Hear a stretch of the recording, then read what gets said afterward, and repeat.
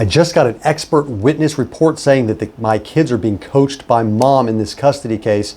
Is that likely to be helpful? I'm Tulsa attorney James Wirth, and that is the question that we have. I'm actually going to kind of read it verbatim. It says, I just got an expert witness report for my custody case saying my kids are being coached by mother. How likely is this to help in Oklahoma courts? And the answer is, it sounds like that it's good evidence. You say this person is an expert. Just because they claim to be an expert or you claim to be an expert doesn't mean the court's going to find them to be an expert. So that's the first thing. We have rules of evidence. So before it gets into evidence, the court has to determine its admissibility. If we're talking about a lay person, then that's going to be a little bit different than if we're talking about an expert. An expert is someone who doesn't have firsthand knowledge, but is reviewing the case and coming up with an expert opinion. Not facts based on what they witnessed, but an opinion. So you've got to demonstrate that this person is an expert that can testify to those things, and there is specific rules that you go through for that. If the court determines the party is an appropriate expert, then that testimony comes in, and if the court is swayed by that testimony, it sounds strong, then that's going to be very favorable to you.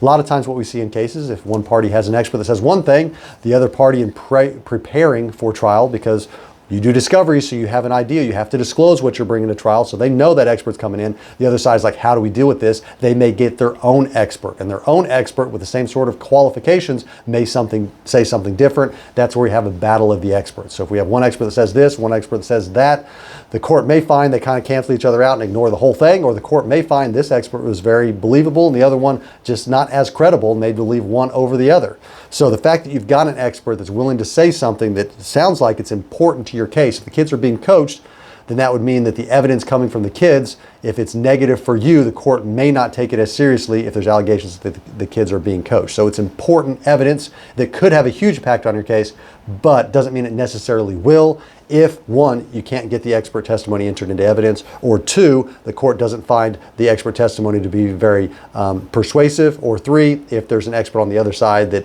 has the exact opposite opinion and the court finds it to be a wash. So the answer is, the question is, it may be very important, it may not be important at all, depends on your specific fact and circumstances, and ultimately what the ruling of the court is on it.